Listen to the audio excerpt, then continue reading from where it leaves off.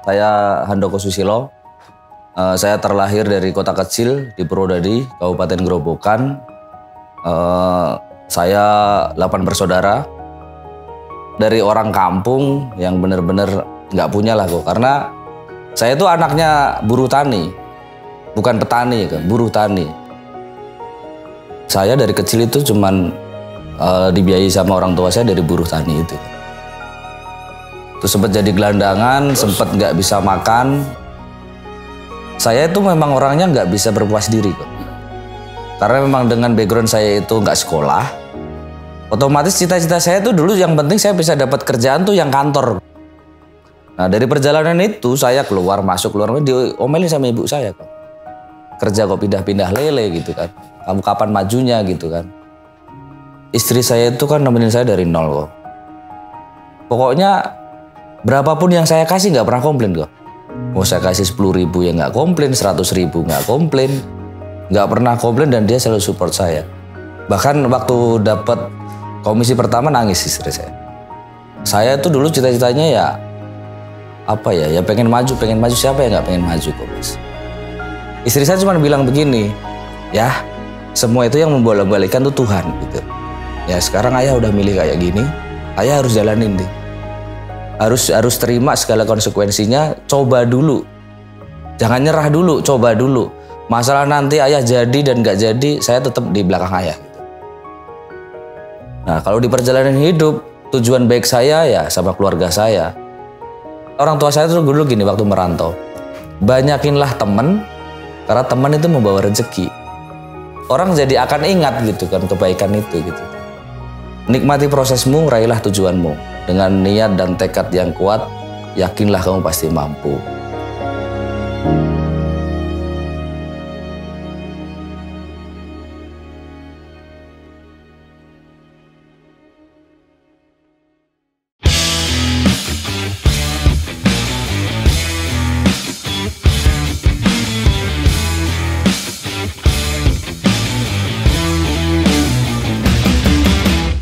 Oke, siap kumpulan-kumpuninku. Jadi kembali lagi di Kompas Podcast. Kali ini kita ingin mendapatkan inspirasi. Jadi semoga podcast ini bisa menginspirasi kalian yang ada di luar sana. Kali ini mantan supir saya. Nah ini dia, mantan ya? Mantan, Hah? oh mantan. Mantan, ini gelangnya kok mirip punya saya. Iya ini karena saya dapat endorse. Karena mantan yang sekarang dari supir jadi Sales. Oh, iya. Ntar lagi jadi GM Sales dong bisa-bisa nih. Amin. Oke, gue tanya nih. Siapa sih Handoko nama lengkap? Terus mulai dulu pertama kali usaha seperti apa? Sampai bisa jadi sales. Siang Kobas, perkenalkan saya Handoko Susilo. Saya terlahir dari kota kecil di Purwodadi, Kabupaten Grobogan. Saya 8 bersaudara. Anak keberapa? Kalau dari total saudara itu saya anak ke-6. 6. Karena masih ada adik juga ya? ya? Masih punya adik. Terus pertama kali kerja kan nggak salah apa? Terus jadi supir. Terus pindah ke saya supir juga. Ya toh, itu ceritain dong. Sebelumnya apa? Awalnya itu saya dulu lulus S2, SD sama SMP. Itu S2. S2 saya kerja di Semarang, di toko galon dulu. 98, 99, 2000 saya ke Jakarta. Nah pertama kali saya kerja itu OB. OB? Terus di perusahaan apa ingat nggak? Dulu di perusahaan ini kontraktor. Saya juga kalau ini baru tahu saya. Saya taunya supir masalahnya. Ya, makanya ini kalau saya ceritain semua itu mungkin kalau dibikin buku bisa turim. Oh, tapi nggak apa-apa. Nanti siapa tahu ada yang mau bikin sinetronnya. Bisa jadi kok. Karena perjalanan saya emang jauh dari itu tuh. Ya takdir sih ya. Cuma nggak apa-apa coba. Ya kalau misalnya boleh milih saya mungkin jadi saudaranya Kobas. Amin. Kan udah saudara kita.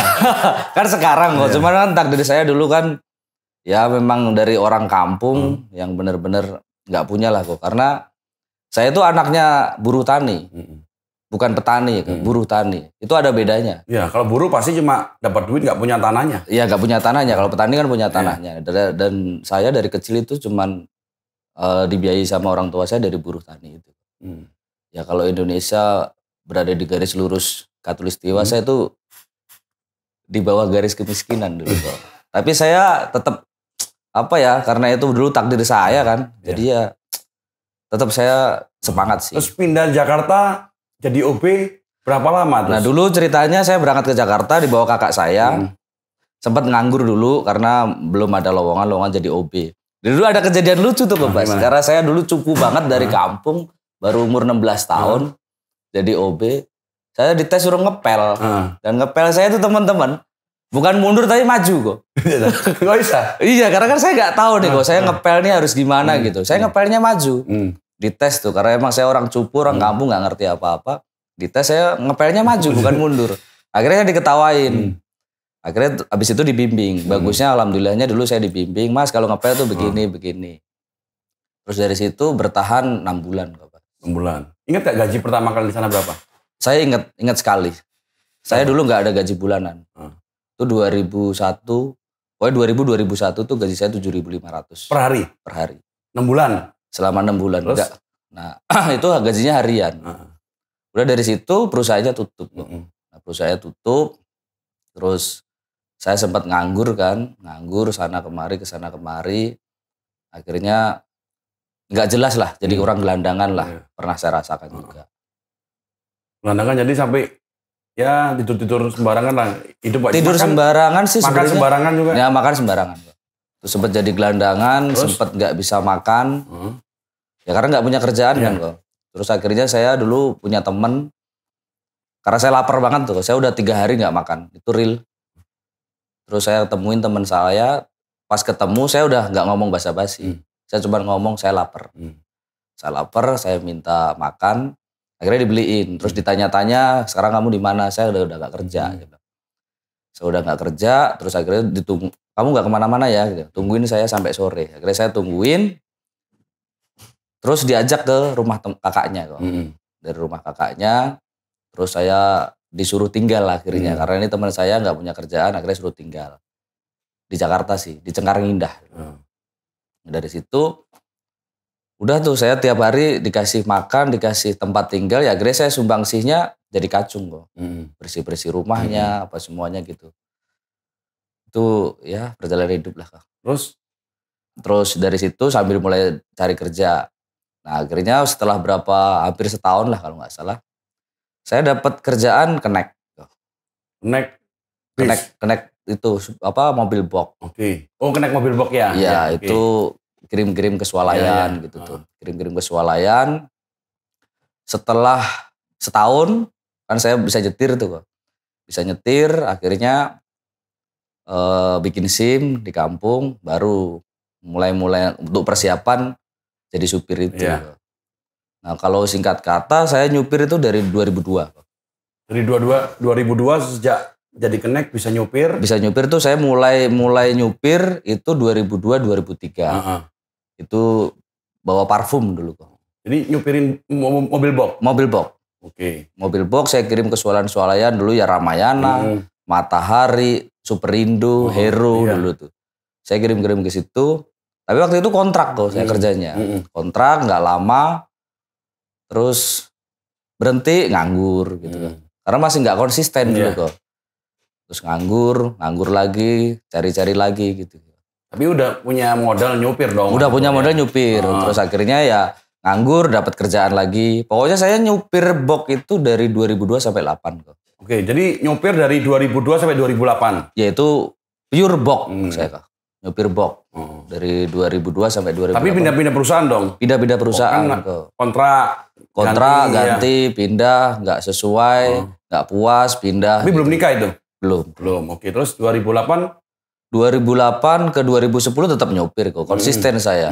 Konsisten terus akhirnya cuman pribadi tapi serabutan. Antar sekolah kalau sudah selesai antar sekolah. Yang 2008-2010 supir pribadi udah? Supir pribadi sebenarnya. Supir pribadi tapi serabutan? Di serabutan. Jadi saya ngantar sekolah. Kalau sudah selesai ngantar sekolah itu saya kadang-kadang suruh jadi kurir. Ngantar barang atau kadang-kadang nyerepin supir boxnya gitu. Sampai 2010. Terus? Ya itu sampai konsisten saya nyupir terus pokoknya kok. Di perusahaan yang benar-benar jadi supir pribadi yang sebelum kerja sama saya? Nah setelah itu saya 2010 ke 2012 itu saya pure baru kerja pribadi. Ke yang temennya istri saya itu? Belum.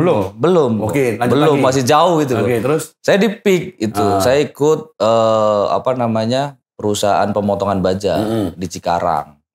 Nah, di Cikarang selama 2 tahun. Terus sebagai real supir pribadi. Okay. Udah nggak suruh nyerep-nyerep, nggak suruh ini nggak. Pokoknya real saya pribadi ngurusin bos aja. 2 tahun bosnya balik ke Surabaya.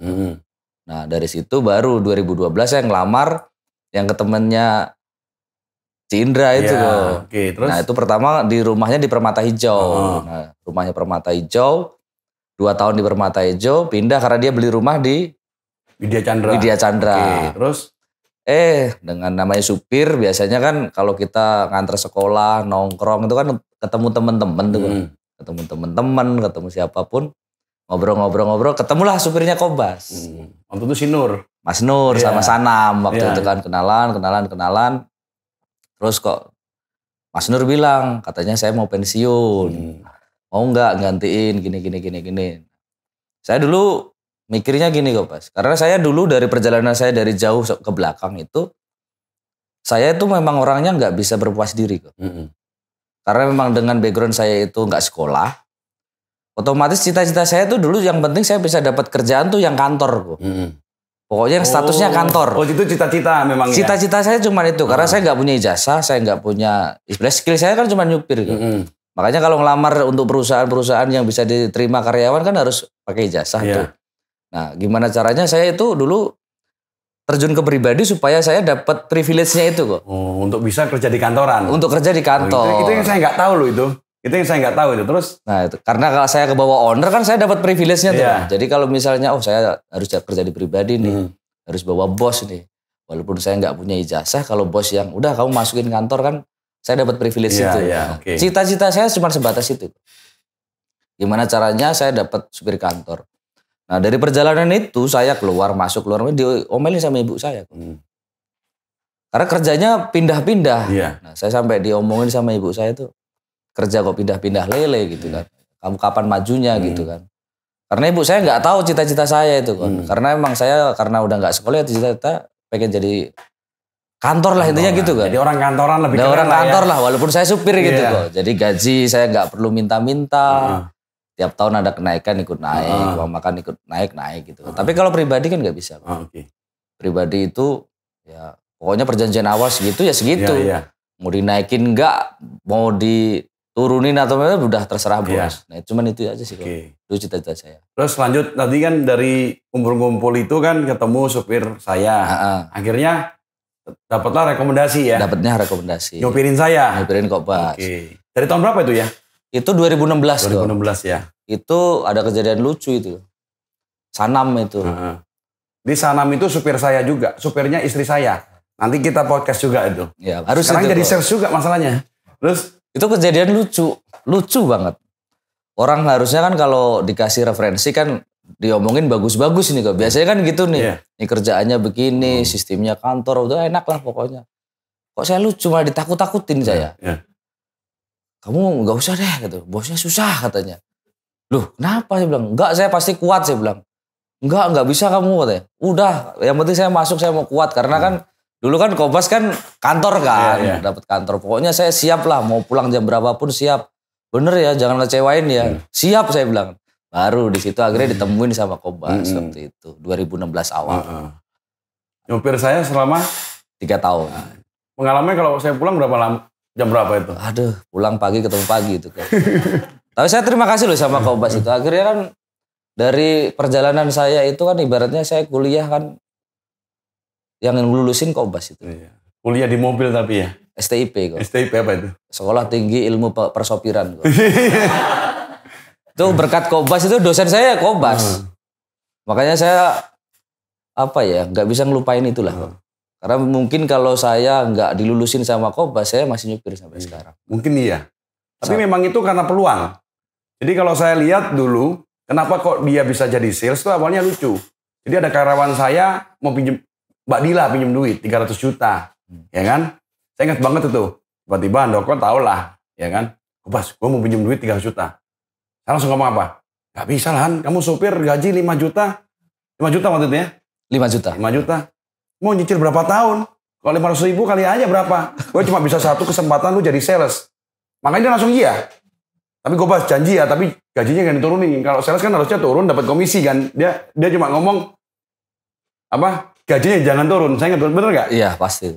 Sebenarnya Kopassus itu kasih kesempatan saya itu dari 2017. Udah nawarin, mau nggak Han jadi sales begini-begini. Saya masih enggak, langsung saya jawab enggak pokoknya. 2017 saya ingat tuh. Waktu itu kan masih di IT, saya enggak. 2018 ditawarin lagi, enggak, karena menurut saya dulu karena cita-cita saya udah tercapai waktu itu kok. Dari perjalanan saya nyupir pindah sana pindah sini, itu pemecah rekor loh kok.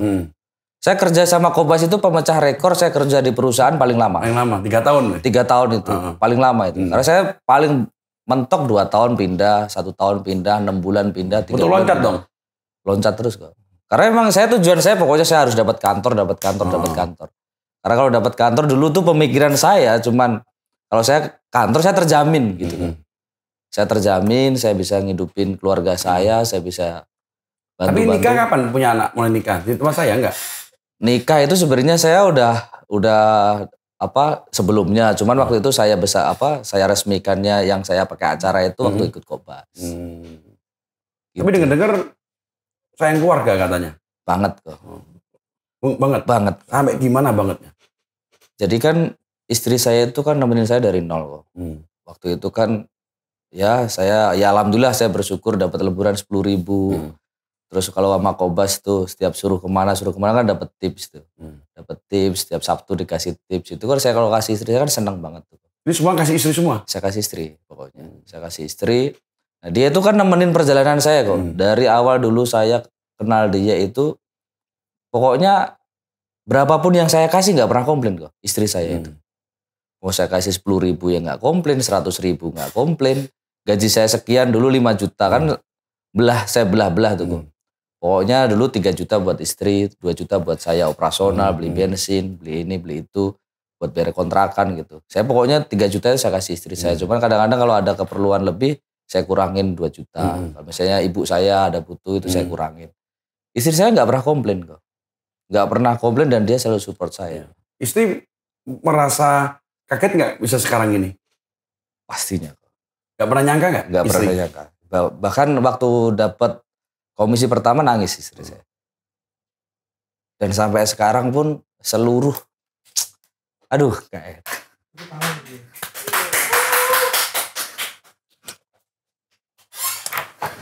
Santai. Aduh jadi gak enak. Jadi mah.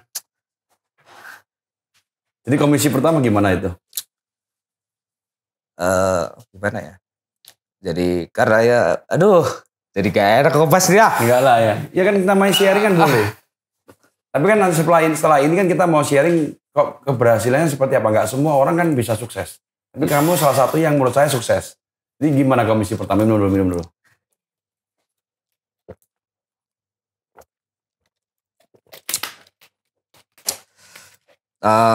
Dulu awal ini balik lagi ya ke belakang ya. Saya kan ditunjuk sales tuh. Karena waktu itu saya 2017 nggak mau, 2018 nggak mau, 2019 kan Kopassus maksa karena saya waktu itu kan pinjam duit 300 juta untuk beli rumah waktu itu. Saya ingat banget untuk beli rumah. Kan Kopassus bilang, Han, kalau kamu pinjam segitu, nggak mungkin Han. Karena kamu cuma supir. Karena kamu status kamu juga kantor, nanti akan jadi isu lah intinya gitu. Ini saya belak-belakan ngomong apa adanya. Ya kalau kamu mau jadi sales. Nah, kalau kamu mau jadi sales, tapi kalau kamu nggak mau saya pinjemin Han 100 juta. Ingat gak Kopassus? Itu lupa gue. 100 juta. Kalau 100 juta saya kasih. Itu dari uang pribadi saya. Akhirnya saya mikir. Karena saya tuh dulu cita-citanya ya apa ya? Ya pengen maju. Siapa yang nggak pengen maju Kopassus? Pasti pengen maju. Akhirnya ya udahlah. Saya terima tantangan itu. Secara sepihak lah waktu itu. Saya kan belum cerita istri tuh. Kalau bahwa saya baru menjadi sales itu. Karena istri saya ya alhamdulillah udah dengan saya jadi supirnya Kopassus sudah ya buat sehari-hari alhamdulillah lah ada aja lah. Nah pas dipaksa itu saya baru cerita ke istri. Saya seminggu nggak bisa tidur Kopassus. Pas ditunjuk setelah tadinya ngelihat effortnya sales enak wah perlente. Lumayan gitu kalau dapat komisi bisa gaya gitu kan. Awal saya lihatnya cuman enaknya aja kok. Saya nggak melihat nggak enaknya. Nah pas ditunjuk kok malah saya kaget gitu kok. Pas udah dimutasi beneran Saya seminggu nggak bisa tidur kok. Kenapa?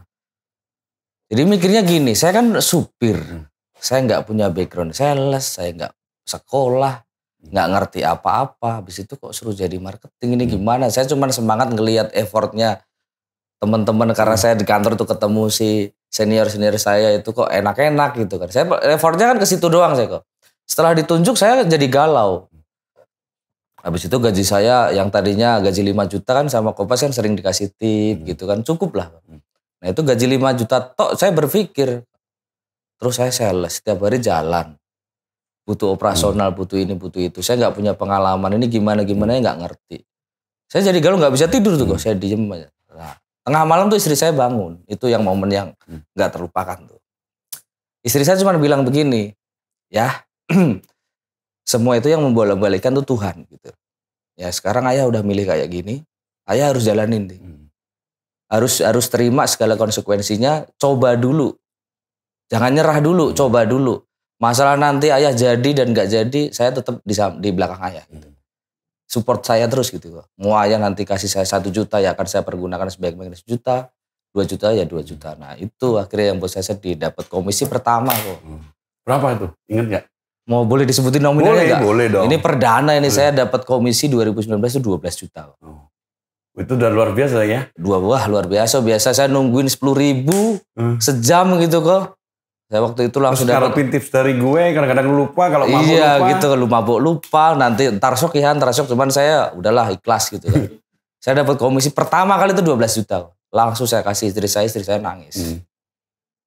Ya akhirnya ya itulah.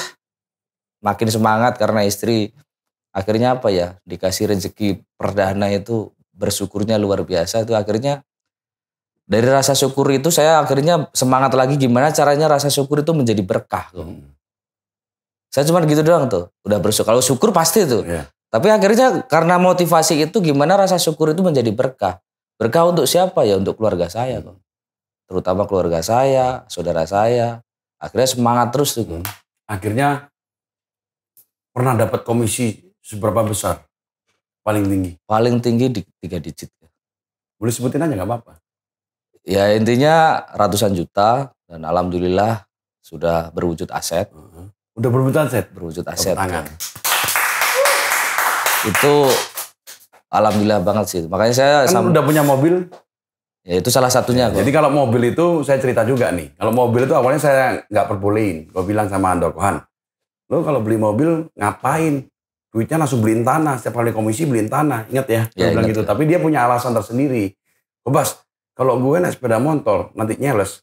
Nah aku dibanding sales yang ecek-ecek katanya. Kalau gue naik mobil kan, apa namanya, ada rasa kebanggaan sedikit kan. Ingat ya waktu itu ya?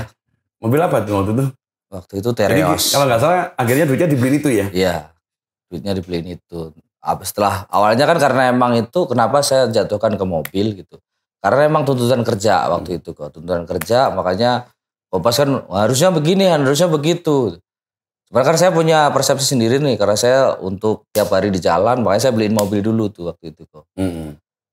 Setelah itu baru beli tanah? Setelah itu baru beli tanah. Udah berapa besar tanah di kampung?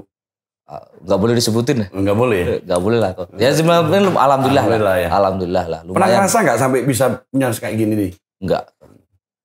Tapi boleh gak perjuangan kamu waktu nyeles itu susahnya seperti apa sih? Terus belajarnya dari mana juga sih? Saya nyeles awal pertama kali ya banyak orang menganggap saya tuh ya kayak cuman ini dipandang sebelah mata lah. Karena kan teman-teman pada tahu kalau saya itu kan drivernya Kompas.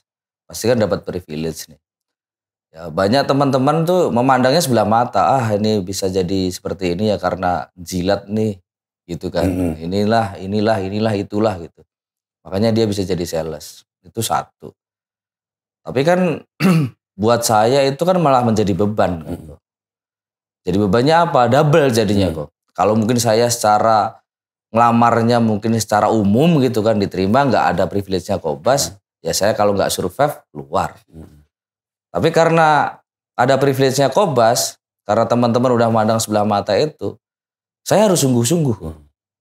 Saya harus ekstra kerjanya itu. Karena satu, saya udah dikasih kesempatan, nggak mungkin saya bermain-main lah intinya gitu. Karena kesempatan gak datang 2 kali, itu satu. Keduanya saya dapat privilege dari Kompas. Kompas itu mau mengangkat lah orang-orang yang mau maju untuk jadi maju gitu kan. Nah dari situ saya berjuang habis-habisan kok. Gimana saya nunjukin, biar supaya saya nggak malu kok. Nggak malu, double-nya nggak malu gitu. Satu, saya nggak ada background sales, gimana caranya biar jadi. Keduanya karena saya dapat privilege, ya harus saya tunjukin gitu, bahwa saya bisa gitu. Nanti kan kalau saya misalnya nggak bisa gitu ya kan pasti orang pasti mencibirnya lebih parah tuh kok. Iya. Tuh kan, buktinya tuh Handoko nggak bisa apa-apa tuh. Cuman modal deket aja tuh sama owner gitu, deket aja tuh sama Kompas itu. Nah itu dari situ tuh, aduh di sales itu amit-amit kok dulu tuh. Sikut-sikutan juga? Aduh sedih kok, sedih kok. Iya. Itu saya baru ngalamin itu yang kayak gitu. Saya kira itu dari awal driver gitu kan ngumpul enak nih kok. Ngopi ayo, ini ayo. Tapi setelah jadi sales beda loh. Iya. Karena Kak punya kepentingan itu. Kepentingan masing-masing juga kan? Iya. Ini cerita pahitnya nih ya. Mau ngikut aja saya ditinggal. Awal-awal belajar ya? Awal-awal belajar itu kan saya ditunjuk. Terus saya stay tuh 2 minggu. 2 minggu di kantor cuma celingak gak jelas nih ngapain gitu. Teman-teman kan gak kenal tuh kok. Ya gak ada yang nyapa, gak ada yang itu. Cuman Koaming aja tuh. Koaming aja yang suka support, suka ini Koaming tuh. Nah, saya mau ikut temen tuh. Ditinggal. 1 kali. Besoknya saya minta lagi, udahlah. Kan saya bisa nyupir tuh kok. Kayak mobil saya nyetirin. Besoknya ditinggal lagi. Kok begini gitu kan. Udah, tetap saya semangat. Sampai saya visit-visit, waktu itu kan saya nggak punya account kan. Udah nggak ada yang mau ngajarin, nggak ada yang mau bimbing, nggak ada yang mau ngapa. Akhirnya saya ngomong tuh sama Ko Aming. Ko Aming, izin saya mulai minggu depan saya visit ya kok. Kamu mau visit kemana Han? Ya saya kemana aja lah, yang penting kelihatan itu instansi saya masukin lah gitu kan. Ya udah Han, silahkan gitu. Nah itu setiap saya masuk instansi itu kan dulu kan login tuh, absen tuh. Iya. Itu kan punya teman-teman juga itu. Itu saya selalu dihajar di grup itu. Kamu ngapain ke situ? Kamu ngapain ke situ? Kamu ngapain ke situ? Sampai segitunya tuh. Kok harusnya kan disupport, di apa gitu. Namanya saya juga nggak punya account tuh. Nggak mungkin rebut juga gitu. Ya namanya saya orang belajar ya harusnya support. Tuh sampai saya baru mulai visit aja udah dihajar saya. Tapi dengar-dengar juga pernah diusir dari kantor instansi katanya. Ya itu. Gimana ceritanya itu? Jadi kan waktu itu saya setelah saya punya account udah belajar udah itu. Saya kan datang ya kan nggak tahu lah kok. Namanya saya itu kan nggak ada database kok. Saya berkarya itu nggak ada database, 0, bener-bener 0. Akhirnya saya datang aja gitu kan. Kamu mau ketemu siapa ya? Saya nggak bisa jawab. Udah pulang kamu. Ya, saya mau ketemu siapa? Dulu jawaban saya cuma satu, ketemu pejabat pengadaan gitu. Cupu deh pokoknya. Ketemu pejabat pengadaan Pak. Siapa namanya? Nggak tahu Pak. Ya, kamu pulang. Gitu. Itu lucu banget tapi akhirnya saya gimana ya caranya bisa masuk gitu. Akhirnya lama-lama saya ngobrol ke teman-teman dulu yang di Airmas itulah, ngobrol gitu. Dari situ tuh akhirnya saya punya istilahnya kalau nyupir itu kan di saat feelingnya main lah gitu kan. Oh ini kayak jalan tembus nih. Nah akhirnya dari setelah saya jadi marketing itu saya gimana caranya ngembangin otak saya nih kan. Saya harus kalau ditanya orang begini saya harus ngelesnya gimana nih, Saya olah tiap malam, terus akhirnya saya baca-baca Google tuh. Singkatan-singkatan apa gitu. Akhirnya saya 3 bulan itu. Nembusin 1 account itu saya 3 bulan. Datang terus diusir datang lagi saya kok. Diusir datang lagi gimana cara. Akhirnya lama-lama saya belajar sendiri. Lama-lama tahu nih jawabannya bisa berkomunikasi lah. Saya dulu cuma jawabnya gini, izin Pak, saya dari penyedia e-katalog, saya cuma mau ngasih company profile Pak, izin kalau Bapak mau ngasih jalan ke saya, ya tolong disampaikan. Saya cuma itu aja sih Pak, masalah nanti saya diterima atau nggak diterima, tujuan saya silaturahim Pak. Mohon dibukakan pintunya Pak. Akhirnya dari situ tuh kayaknya terenyuh gitu kayak gitu. Terenyuh. Akhirnya saya dibukain tuh kok. Dibukain, diketemuin, dapatlah nomor WA-nya. Nah, dari dapat nomor WA itu akhirnya pelan-pelan saya saya datangin terus, akhirnya saya minta referensi dari bapak itu, minta referensi ke sana, ke sini, ke sana, ke sini. Dari situ sih. Akhirnya hari ini. Luar biasa perjalanannya. Moga-moga ini bisa menjadi inspirasi teman-teman ini. Terus ke depan mau ngapain? Mau jadi pengusaha atau mau ngapain? Saya sih pengennya gitu kok. Ini kan sekarang saya lagi merintis nih. Ini kan buka toko-toko kelontongan kecil lah di kampung. Di kampung. Istri yang nungguin, cuman walaupun memang nggak gede lah kok. Ini kecil-kecil, cuman itu bagian dari biar supaya istri ada kegiatan gitu kan. Ya dengan saya sekarang berkarya di sini, saya kerja keras, saya cari komisi. Ya intinya saya pengen pondasi keluarga saya tuh biar kuat gitu kok. Jadi kalau jadi pengusaha, punya toko kelontong nggak jadi pengusaha itu ya. Iya. Terus kamu kan kenapa sering ngasih saya mente terus setiap pulang kampung itu? Ada itu tuh. Saya itu kan dulu kan jadi drivernya Kopas. 3 tahun nemenin, mungkin kalau teman-teman tahu ya, mungkin Bu Indra itu bersamanya Kopas sama saya banyakan saya. Paling Bu Indra itu paling ketemunya weekend, tapi Senin sampai Sabtu sampai Jumat itu sama saya terus sampai pagi. Setiap kali ditelepon Bu Indra tuh, "Han, kamu di mana?" "Papa lagi meeting, Bu. Papa lagi meeting." Karena saya tahu kan perjuangannya Kopas waktu itu dari 2016 nyales sana, nyales sini. Cari sana, cari sini tiap hari itu. Nah, dari situ tuh banyak belajar saya kok. Cuman saya belajarnya bukan tanya secara personal, tapi ngeliat gitu kok. Ngeliat dengan mata kepala. Setiap Kopas telepon di mobil, terus cara nge-hire user itu seperti apa. Akhirnya saya ngelihat Kopas itu kok suka ngasih setiap ke luar negeri, suka ngasih ke teman-teman, suka ini, suka itu. Kok ini sepele tapi niatnya kan ikhlas gitu kok. Niatnya ikhlas nih itu. Kok akhirnya kok dari situ Kopas kok jadi banyak teman. Setiap ketemu saya banyak teman gitu. Nah dari situ tuh akhirnya ya itu saya aplikasikan gitu. Oh ini ilmu. Gitu. Akhirnya nggak ngelihat seberapa harganya, tapi kalau keniatan itu kita ada, tulus gitu. Nah itu tuh yang menjadikan, jadi kita itu punya kalau saya ingat orang tua saya tuh dulu gini waktu merantau. Banyakinlah teman, karena teman itu membawa rezeki. Amin. Nah, dan itu dilakukan sama Kopas. Nah kok, gini ya, berarti itu saya harus ambil tuh. Saya kasih bawain oleh-oleh gitu. Dari situ tuh keniatannya ada, jadi tuh orang jadi akan ingat gitu kan kebaikan itu gitu. Pernah nggak sih waktu kamu keliling-keliling, kan kita kan kalau kerja gini kan ya tidak lepas dari bajak-membajak lah. Ya. Pernah nggak ditawarin perusahaan lain untuk bergabung? Sering kok, Mas. Sering ya? Sering. Kenapa nggak pindah kamu? Karena saya gini kok, Mas. Kenapa? Ya pasti orang kan pasti ngelihatnya, wah ini udah pinter nih, udah pinter. Kenapa saya nggak pindah? Karena rasa syukur itu harus selalu dilatih kok. Sekarang dulu gini, saya dulu sama Kopas, kerja sama Kopas, saya mau dapat 10.000 itu nunggu 1 jam Kopas. Dengan Kopas kasih kesempatan saya, Kopas support saya. Terus saya sekarang 1 jam pun ya alhamdulillah gitu kan. Saya bisa dapat puluhan, bahkan bisa ratusan gitu kan. Tergantung saya dapat proyeknya apa. Terus mana yang harus saya dustakan lagi itu kok. Tawaran-tawaran itu sudah nggak menggiurkan buat saya. Dari perusahaan lain saya ditawarin nanti dapat ini, dapat itu. Enggak. Terima kasih. Gitu kok. Emang itu kan salah satu kejujuran kita juga lah. Yang penting kita sama karyawan juga tulus ya. Kita nggak mengalami timbal balik ya, biar karyawan yang memikirkannya. Tapi nge-vape nggak? Nge-vape. Kalau gitu nyoba dulu yang ini. Coba kondomnya dipasang kondomnya. Terima kasih. Kondom dulu.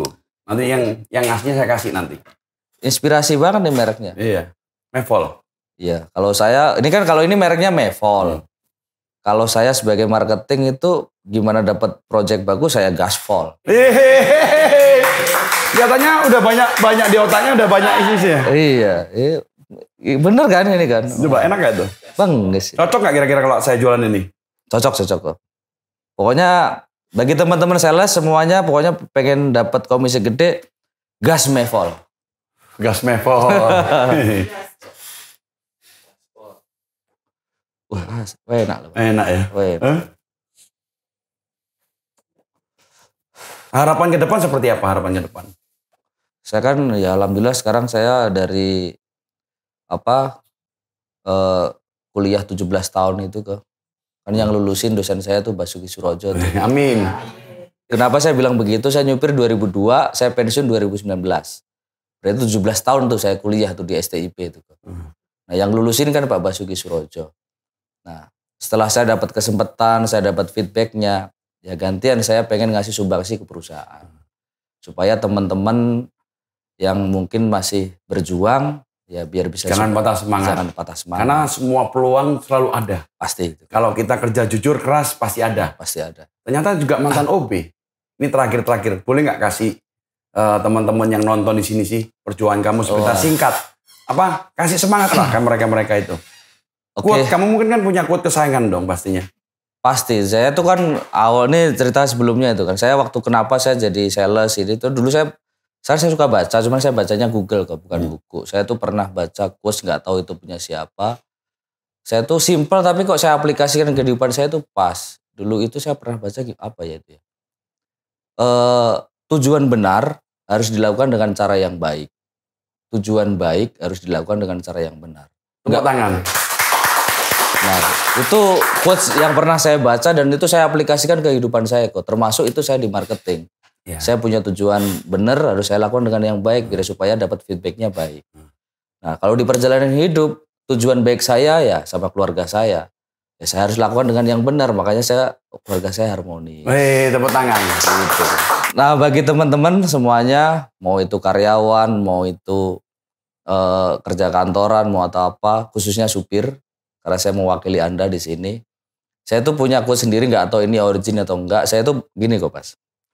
Nikmati prosesmu, raihlah tujuanmu. Dengan niat dan tekad yang kuat, yakinlah kamu pasti mampu. Gitu. Karena masa depan akan selalu datang, masa lalu akan selalu mengikuti. Nah, berbuat baik untuk jadi yang lebih baik. Oke. Thank you loh ya. Terima kasih. Moga-moga ini bisa sharingnya bermanfaat dan bisa menjadi inspirasi buat teman-teman lainnya yang masih berjuang. Terima kasih. Jangan pernah menyerah. Pasti. Ya kan? Harus. Sukses selalu. Sukses. Terima kasih kok Mas. Oke, Kemen-kemenku, ketemu lagi nanti di inspirasi lainnya. Semoga kali ini bisa memberikan warna tersendiri, bisa menjadikan kalian masukan-masukan atau saran, dan pastinya terbaik buat kalian semua. Salam Bengis.